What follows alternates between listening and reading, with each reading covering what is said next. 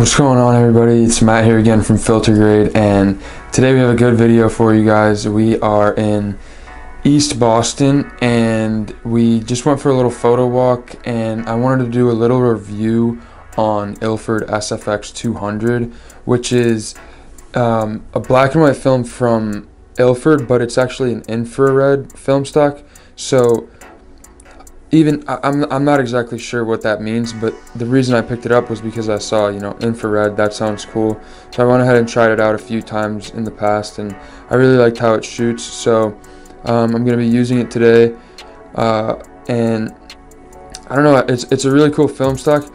The one difference that I use for this film stock specifically is that I actually scan it in color, just the same as a color negative, instead of scanning it as black and white, and that way I kind of get some red tone or brownish tone even for some of the photos. It's just a different process. You don't have to do that, but I think it's a little bit cooler, and it gives it a little bit of a different feel than just normal black and white. So we're going to be in East Boston, like I said. Let's just go ahead and get into it. Hope you enjoy.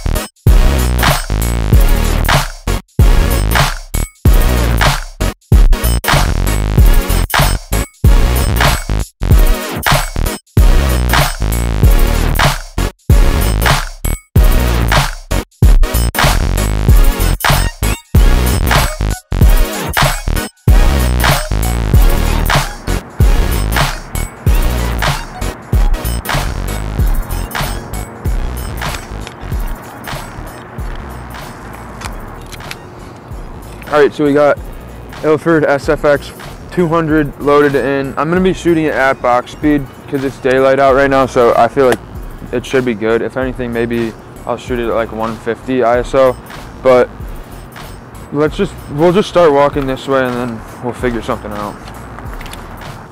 I want to get like a flat lay with the flash. I think that'll look sick, honestly, because all of it'll bounce back too. Can you hear that? Powering up. Barely. That's my favorite part about the flash. I literally turn into a robot. There's so many camera things going on, like you're a robot.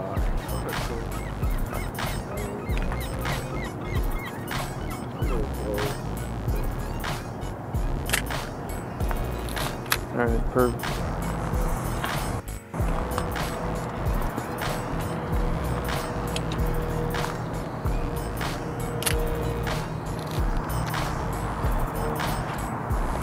You can see like crab legs and stuff on the ground out here. Like the little ones. Look at that! Oh, that's sea glass. I thought that was a crab leg.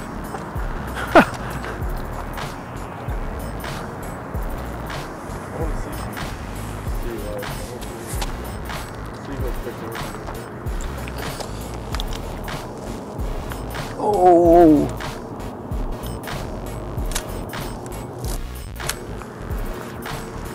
This is muck matter over here, be careful.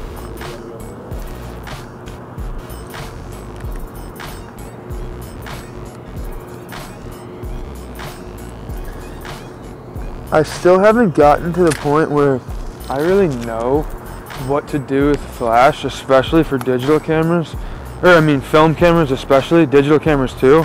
But for film flash, I still haven't gotten to the point where I know, like, if the light meter understands that I have a flash and that I'm going to be using the flash. So for me, like, I always do on the Nikon FE2, you can see like the apertures are all different colors, and then even the shutter speeds, there's different colors. So I think that's orange or yellow, whatever that is, those are for 1 second, 2 second, 4 second, 8 second long exposures, whereas all these regular silver or white ones are just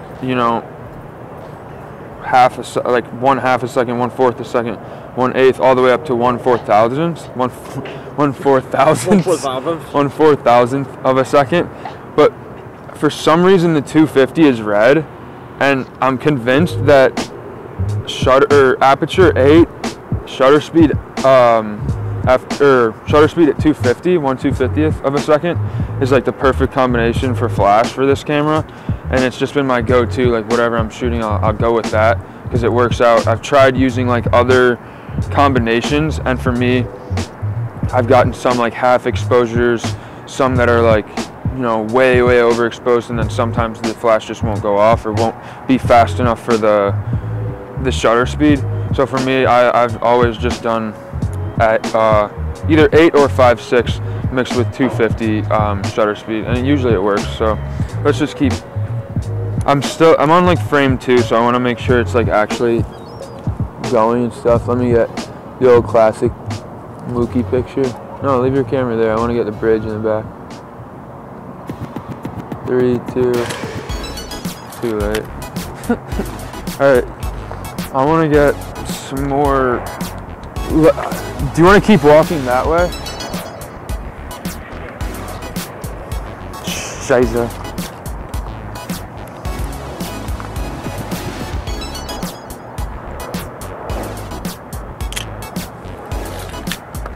Alright.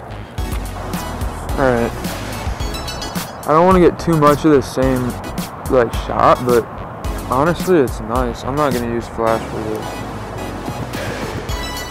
For me, if I'm going to use flash, it's only going to be for something that like I'm close to, so I can see like the bounce back of the flash.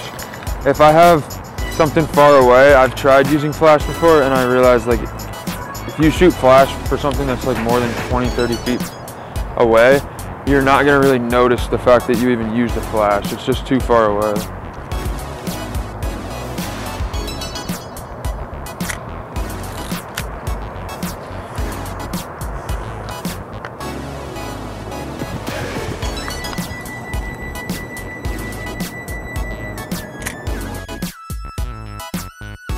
So for me, whenever I'm shooting landscapes, especially for like a bridge like this, I've gotten to the point where I kind of, you know, I like to think about the shot a little bit more, especially when I'm shooting with film for it, and I don't want to do like, you know, a whole roll of the same exact angle, same exact shot. So I try and like, you know, continuously just keep moving around, get different angles. Obviously, it's going to take you more time to move around and find different angles when it's something that's like big and far away. The bigger it is, the further away it is, the further apart from the spot that you're at originally is, you're going to have to move to, you know, to make it actually a good different shot. So just that's one thing to be wary of, like always be moving, especially when you're shooting landscapes, because you don't want to get tons and tons of just the same shot.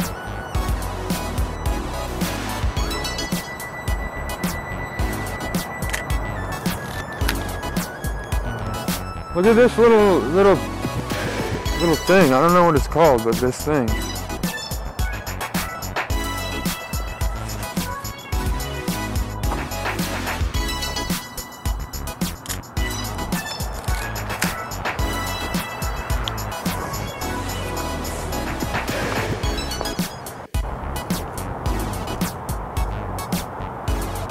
I'm gonna do this with flash.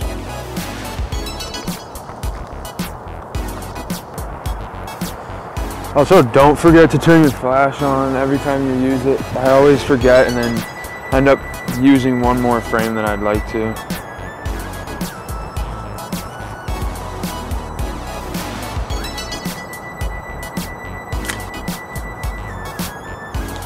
Keep moving.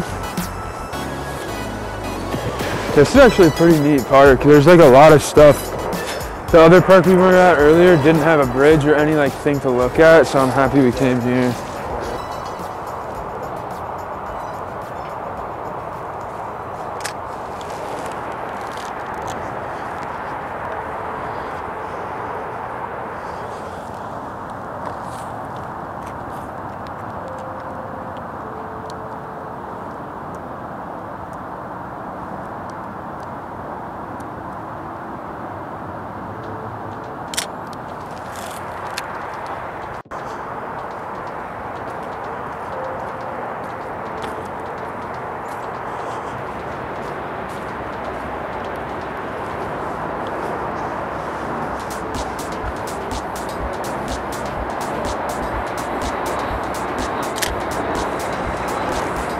at this lady just kicking through the leaves.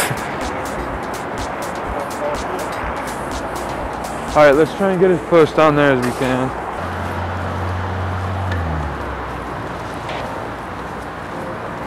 What if I just went down all the way and broke my head? Look at that. Let me teach you something, YouTube. It's always worth a shot, even if you think it's not.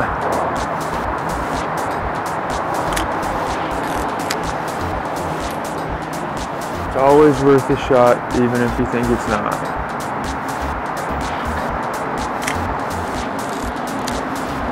Alright, so I just finished up shooting this roll of SFX 200 by Ilford. I ended up shooting it at 200 ISO. I used the flash for maybe a third or maybe even half the roll for, you know, the closer shots. So I'm excited to see what it'll look like. I enjoy shooting black and white in the fall because you can see the different gray and white complexions throughout all the leaves. So I think it'll be cool. Let's go home. I'm gonna go scan these, develop these, and then I'll meet you back at the computer. Alright, that's all for today's video and our review of Ilford's SFX 200. Let me know what you think of the photos in the comments below, and also let me know what you think about the color kind of cast that was on the black and white film that we shot today. I really hope you enjoyed, and I appreciate you checking the video out. Have a good day. Peace out.